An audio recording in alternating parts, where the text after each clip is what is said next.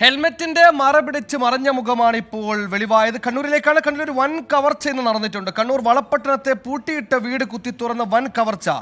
300 പവൻ സ്വർണ്ണാഭരണങ്ങളും 1 കോടി രൂപയുമാണ് കവർന്നത്. കണ്ണൂരിലെ വ്യാപാരി KP അഷ്റഫിന്റെ വീട്ടിലാണ് മോഷണം. അന്വേഷണത്തിന് പ്രത്യേക സംഘത്തെ നിയോഗിച്ചതായി കണ്ണൂർ റൂറൽ പോലീസ് മേധാവി പ്രതികരിച്ചു.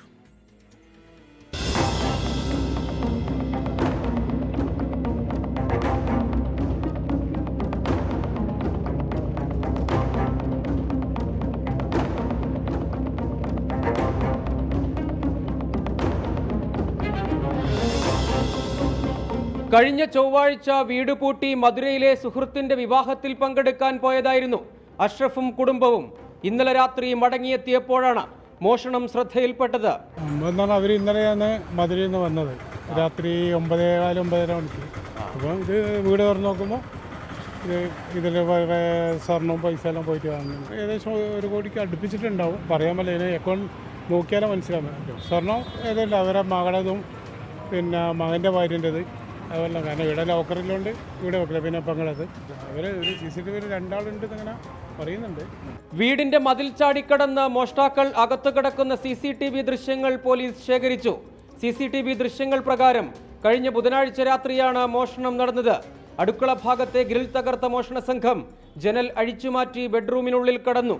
അലമാര തകർത്ത് ബെഡ്റൂമിലെ ലോക്കറിന്റെ താക്കോൽ കണ്ടെത്തി. തുടർന്ന് ലോക്കർ തുറന്ന് 300 പവൻ സ്വർണ്ണാഭരണങ്ങളും 1 കോടി രൂപയും കവർന്നു.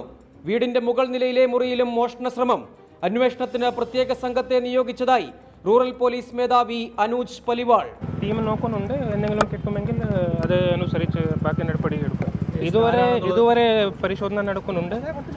ഇതുവരെ ഒന്നും പറയാൻ പറ്റില്ല. എന്തെങ്കിലും ക്ലൂ കിട്ടുമ്പോൾ ബാക്കി നടപടി എടുക്കുക. ഇതുവരെ ഒന്നും പറയാൻ പറ്റില്ല. ടീം നോക്കുന്നുണ്ട്. ഒരു സ്പെഷ്യൽ ടീം ഉണ്ടാക്കിയിട്ടുണ്ട്. അത് നോക്കിയിട്ട് പിന്നെ ബാക്കി നടപടി. സ്ഥലത്ത് ഡോഗ് സ്ക്വാഡും വിരലടയാള വിദഗ്ധരും പരിശോധന നടത്തി. മോഷണം നടന്ന മുറിയിൽ നിന്ന് മണം പിടിച്ച പോലീസ് നായ വളപട്ടണം റെയിൽവേ സ്റ്റേഷൻ വരെ സഞ്ചരിച്ചു. മോഷ്ടാക്കൾ റെയിൽവേ സ്റ്റേഷൻ വഴി രക്ഷപ്പെട്ടിരിക്കാമെന്നാണ് നിഗമനം. CCTV ദൃശ്യങ്ങൾ കേന്ദ്രീകരിച്ചും അന്വേഷണം.